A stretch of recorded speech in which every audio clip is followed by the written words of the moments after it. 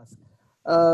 Sheikh, I think there's a lot of focus on even for those who are going on Hajj and before going on Hajj, there's a lot of focus on how do we do the rituals, right? So there are classes and classes on the how part of it, but unfortunately, maybe the focus on why do you do this? What does it signify, or what does it symbolize? Isn't there a lack of focus on the why part, and probably discussing and how that relates to the current worlds, how we need to be transformed? Why do you think there's such a shift in the focus, and how do we bring it back? Very good question. Thank you, my dear brother, for that amazing question. We have a problem in our world today. We're all too busy asking how, but not why. How do I pray? How do I put a hijab on? How do I keep a beard? How do I brush my teeth? How do I... Very kindergarten questions. Primary school questions. And when we as a community haven't progressed in terms of our knowledge, our questions will be reflective of our lack of knowledge. The fact that we're asking such primary, very basic questions indicate that our communities haven't learned and they haven't progressed. How many lectures do you need to be able to learn how to do Hajj? How many books do you need? One book. You will need 1 hour to learn how to do Hajj maximum. Even that is too long. But out of your life, how often do you ask this question? Why do I need to do Hajj? Why Hajj? Why pray 5 times a day? Why am I a Muslim? Why do I believe in God? This why question, if we can get them answered, we will be a very different community. I believe the lack of why is the biggest problem that we have in our community right now. So that focus needs to be brought back. Why do you do Hajj?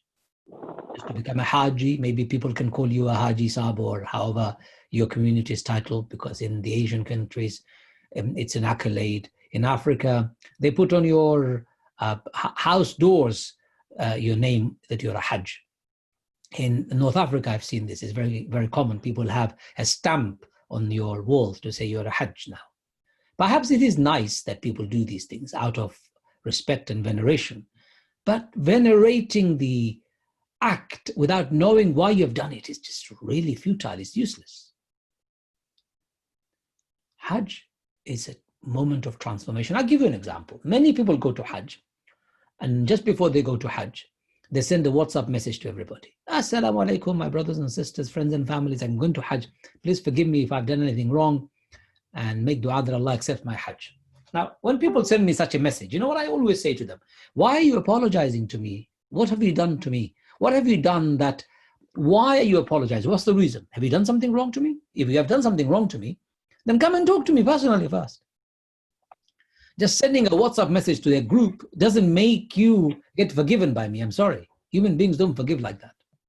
Your relationships don't improve just because of that. There are people who go to Hajj, they come back and they quarrel with their families. They go to Hajj while they've never spoken to their cousins and uncles and aunties. They go to Hajj while they've been disrespectful to their parents. They go to Hajj while they've ruined their relationship with many people. They go to Hajj while keeping their neighbors miserable. They go to Hajj while keeping their families unhappy. Why bother going to Hajj, and why send the message, please forgive me, when actually that was a shallow, quick, meaningless, really it's not an impactful message. Even if everybody says, I've forgiven you, it's very much likely that you'll come back and do the same thing again, because you've not learned from your mistake. Because we've failed to recognize what is Hajj. We've failed to recognize what is Hajj. Hajj is when you go over there to be transformed mentally, emotionally, spiritually. You get your sins forgiven by Allah, but sins that you've committed against Allah. But if I have sinned against my fellow human beings, if I've wronged my fellow human beings, even Hajj will not clean your records. Let me make that clear. If you have not paid your debt, you should not be going to Hajj.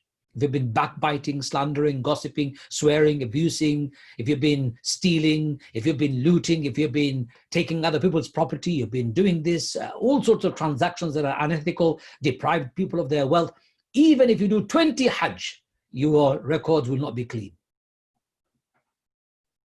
You have to go to each and every person you've wronged and ask them to forgive you properly. I have come to ask you for forgiveness because I cheated you. And I know the impact of the cheating. I know I've ruined your life. I know I've left you in misery. I know I've caused you so much pain. I'm prepared to take responsibility for it. I'm here. Tell me, what can I do to make it better for you? Listen to the person you've wronged. Take responsibility for it. Ask them to forgive you. Accept any penalty that they put on you. And then hope that you'll heal. It's the only way you will be able to succeed in the hereafter with your human relationship. So many people go to Hajj while their human relationship is rotten. You have failed. You have failed to understand the purpose of Hajj. Hajj is the icing on the cake of a good Muslim who has done all the other, not just pray 5 times a day and fast in the month of Ramadan, but have a fantastic relationship with other human beings. And then they go to Hajj once in their lifetime to put an icing on the cake, because now they're prepared to journey to the next level. We've misunderstood the concept of Hajj. Spend all this money and come back and do the same again and again and again, because we haven't understood what Hajj is. So thank you for asking that question. And I have spent a bit of time answering it. But I think we all need to really think about it. Go to Hajj. Don't wait until you're too old. But remember, if Hajj is about purification, it's about transformation of your character too.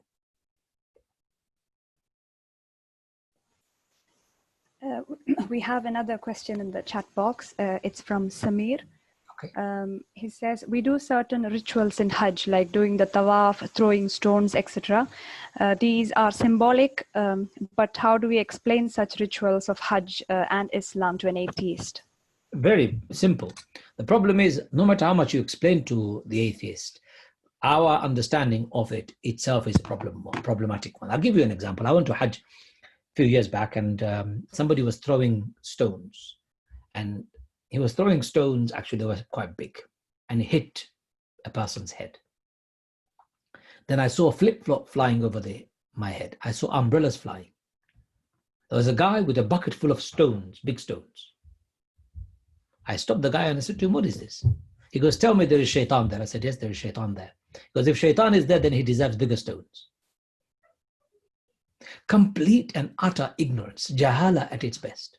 Prophet ﷺ said, when you go to throw, I'm looking for a pebble, I don't have it around here. He said, like a pea-sized pebble, and don't throw, chuck, not throw. I remember my wife was with me when we went to Hajj, and she had a friend with her. One guy was throwing so ferociously, she knocked my wife's friend on her head, and the poor lady collapsed instantly, fainted. Madness. So when you are trying to explain these rituals to the non-Muslims or the atheists, and they see the behavior of the Muslims, we become a laughingstock. Yes, throwing stones is a symbolic gesture. Chucking stones is a symbolic gesture of our togetherness against evil. But you throw stones over there or chuck a stone at the pillar and you come back and become evil yourself. Hey, why have you bothered? I know people who go to Hajj and come and sell alcohol. I know people who go to Hajj and run casinos when they come back. I know people who go to Hajj and are drug dealers in our country. You are symbolizing evil. Why would a non-Muslim understand any of this? So doing these rituals are part and parcel of it's a universal declaration in action. So when you go there, you put on ihram. You make yourself completely aloof from the rest of the world. Everything is haram for you. Even plucking your hair is not allowed for you, because you have now prepared to enter a complete state of purity. That's an amazing thing. Explain that to a non-Muslim. I'm abandoning everything. I'm no longer in need. Only basic food and sleep and drink is all that I am allowed to do. I am now completely isolating myself from the rest of the world. It's called ihram, state of ihram. It's a heightened state of being good. A journey you're making. Everybody around you are equal. Man, woman, old, young, king, pauper, rich, poor. Doesn't matter who you are. You're all equal in the eyes of Allah, wearing same simple clothing, shunning arrogance and pride, ego, and all the other troubles that we see causing misery for humanity today. When you walk through the journey and take the footsteps of Ibrahim, from Mecca to Mina. You're taking the same journey as Ibrahim and Ismail, connecting with the history of humanity, from the father of humanity, Ibrahim, all the way till today. You're connecting, you're saying you're together with the rest of humanity. We're all the same, no matter who you are. We're all the same. That's what you're saying. And then you go to Arafat, and you now cry for yourself. Ya Allah, please forgive me, cleanse me, enable me to go and serve my people pure and clean from all the burdens of sin. It's like going into an extra powered, pressurized washing machine. You tumble yourself until you're clean. That's what you do in Arafat. Cry and cry and cry.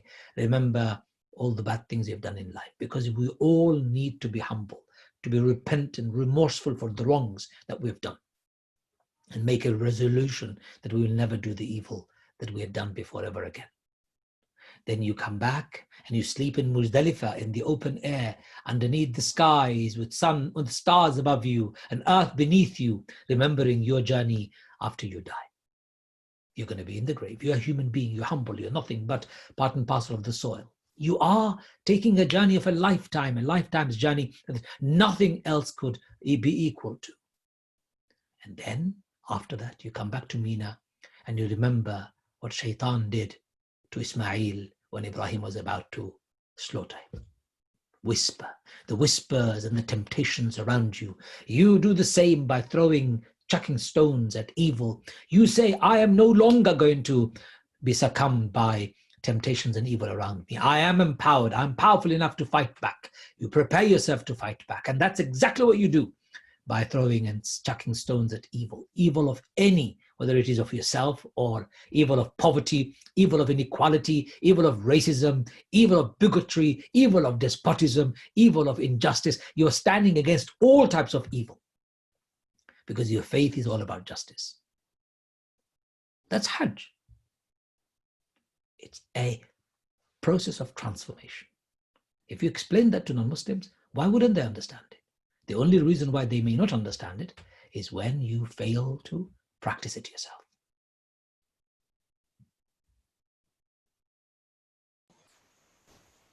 We have another question from Thabit. But I think you partially answered this question earlier, but I'll read this out anyway in case you want to add on.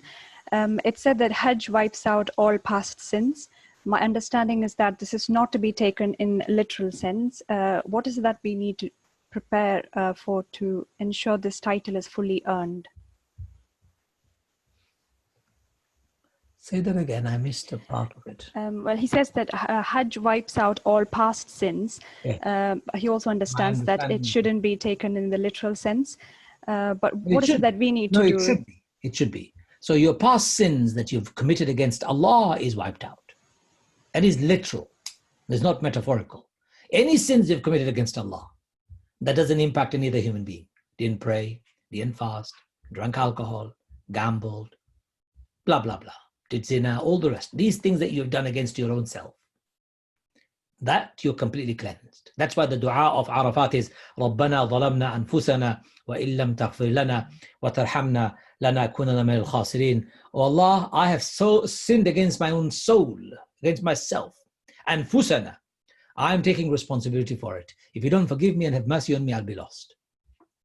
Your sins against your fellow human beings, wrongs that you've done against your fellow human beings, Allah will not intervene. You have to come and clean them. There is no Hajj for that. You have to go through each and every one of them directly. So yes, the first part is literal. The second part doesn't include because it is to do with you and your fellow human beings. What's the third part to this question? Symbolic, it's taken literal. What is it that we need to prepare for to ensure this title is fully earned? Yes, what I said, have absolute faith in Allah. But this faith and conviction to faith cannot come unless you study. Nothing can sustain itself unless you keep on learning and growing, learning and growing. Life doesn't end just because you've finished college and university. Your learning must continue. When you stop learning, your brain becomes a vegetable. So you must learn. And part of learning, our religion teaches, when you pick up the Quran, reflect on it. Read every day and reflect on it. There is never ending journey called learning. So what you have to do is be prepared for that daily growth in your faith. Daily growth in your faith. That's the preparedness. Now that your sins are forgiven, in terms of the burdens of sin with Allah, you are now light to grow and develop and not to repeat again. I hope I answered that question. Taking that question of symbolism and rituals a bit further, my question is based on some articles I read supporting the vegan Muslim initiative.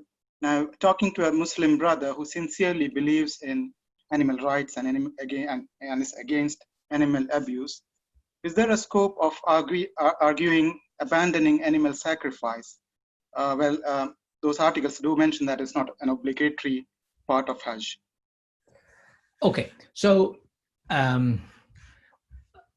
for your Hajj, sacrifice is an obligation. Now, I don't know whether you know, statistically speaking, the poorest people on the face of this earth hardly ever get to eat meat. I don't know whether you know that. I give you examples. There are people so my mother just told me a couple of days ago, she comes from Bangladesh, and she says in her village where she comes from, most poor people would not have seen or touched or eaten meat in entire year. And on Eid or Adha, when the rich people sacrifice an animal, that's the only time they get to taste a little bit of meat. Now, it is not essential for you to eat meat, of course, but meat is a very important part of our diet, not everyday diet, but for growth and protein, it is very important. So the idea of Hajj is not just to sacrifice an animal and let it rot. No, it should have been, and it should be, that those meat should be distributed globally to the poorest of the world. And do you know that meat doesn't even reach more than 10% of the poorest people on the face of this earth? So some may think, oh my God, so many animals are being killed in the days of Hajj. More chicken and sheep and cows get slaughtered for our daily consumption than all the Hujjaj perform sacrifice when they go to Hajj.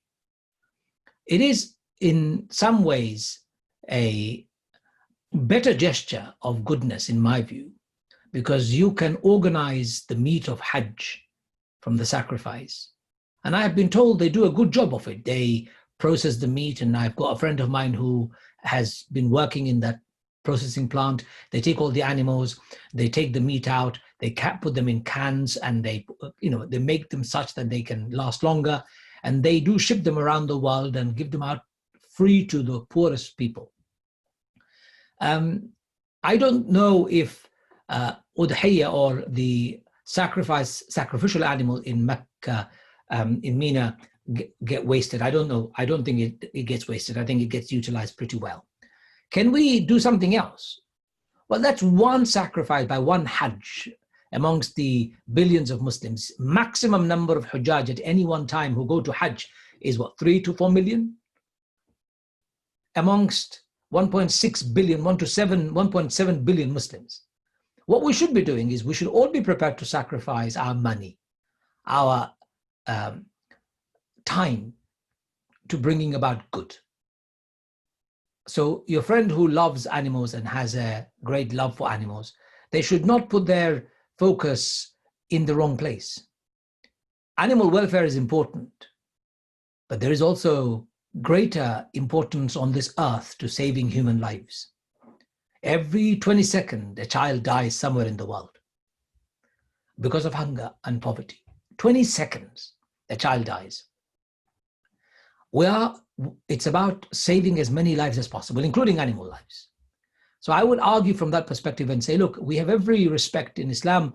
We have to honor the animals that we eat. The sacrifice of Hajj doesn't deplete animals, and actually provides a vital source of protein for the poorest in the world, even if it's one meal they get. Still a protein source. What we see wasted is the processing plants in the West, where half a chicken is thrown in the bin because they just want to keep the chicken breast and give it to the fussy eaters of the West who like it cellophaned and clean filmed in a pack doesn't resemble a bird or an animal at all. That's where meat gets wasted. So we need to really change the conversation and say, look, don't focus on something that is actually not an issue. We utilize every inch of meat and skin that is generated as a result of Hajj. Wastage is happening more in the industrialized countries such as America, such as whole of Europe, Britain. Meat industry is abysmal, including the way they treat animals. In Islam, such treatment to animals is not allowed. I'm not sure if I'm answering your question, but I just thought I'll throw some of these in your direction, and hopefully you can make your answer better than the one I've given. Sure. Thank you so much. You're welcome. You said that, we have to clear our debt before we go for Hajj. So, and most of us in the UK, might have a mortgage that we are paying off. Would that come under a debt that I have to clear? Maybe some of them are already tied up for maybe another 20 years. No, it doesn't, because that's not a debt in the conventional sense of the word. That's a bond that you have. Mortgage literally means death bond. Mortgage. You have tied a bond with somebody until death. 20, 25 years, it's a death bond. That does not mean you should suspend your Hajj or Umrah because of that. It's a long-term debt. That's not the same as money that I may have borrowed from a friend or family, and I had a time frame to give and I didn't comply with it. For example, if I have a debt and I borrowed some money from somebody and I had an opportunity to go to Hajj, I could go to my friend and say, look, I've got you £10,000 that I've borrowed from you. I can give it to you right now. Do you need it? If he turns around and says, why do you ask? You could say, I have an opportunity to go to Hajj. If I delay paying you, I can go to Hajj. Your friend may turn around and say, actually, delay paying me, I don't need it. Now go and do your Hajj and pay me in 2 years' time. Or your friend may turn around and say, no, actually, you can't go to Hajj right now. I need it desperately. Then you can't go to Hajj, you have to give. So it's best to clear your debt or negotiate with the debtor. But mortgage is not a debt in that conventional sense. It's an absolute necessity for survival in the UK, especially with stability and security for your homes. And that essential debt is unavoidable. That's not what I mean by clearing your debt. I mean borrowing money from friends and families, which you haven't paid within the time frame. So right now we are all privileged, right? The ease of doing a Hajj, it's kind of very easy nowadays, at least from looking at it, done in the past. It was very, very tough in the past, like maybe 100 years back, we had to take a ship and traveling from Mina to Arafah, even 20 years before when I was in Makkah and all, it was tough. But nowadays you see that, from Medina to Makkah, there's a train. So would that mean that our, reward from Allah is going to be lesser compared to the people who lived in the past? Have I missed that quote? No, that's not how Allah measures. Allah is always just. And we're not compared. Nobody's compared with one Muslim is not compared with another Muslim on the Day of Judgment as to who's better. Who is better and who's not better is determined by Allah consciousness. And this is between Allah only and nobody else is involved. So people of the past and their sacrifice and their hardship was different, and our hardship is different. The reason why I mention about the hardship today is because I don't see, when I go to Hajj, actually any remnants of true hardship anymore. It's become too much of a 5-star glitzy experience. It's like a holiday away from home with a spirituality package attached to it. I have a problem with that. It's not about how easy it's become. It's also about how luxurious it has become, how materialistic it has become. Umrah has become materialistic. It's a shopping spree for the rich to go to Mecca and tell their friends, I've been to Umrah. I also know people who are drug dealers who go to Umrah every year because they want to almost launder their sins, like money laundering, and clean it up. That's what I'm detesting. I'm detesting the mega skyscrapers that the Saudis have built around Mecca and desecrated the beauty of it. I'm lamenting at the fact that despots and dictators have been using this as a ground for legitimizing their brutality. That's what my problem is. So Allah will ask us questions about how we have allowed Hajj to disintegrate and go down in value from spirituality to more materialism. That's the problem. But no, not in hardship. I think the comparison is unfair.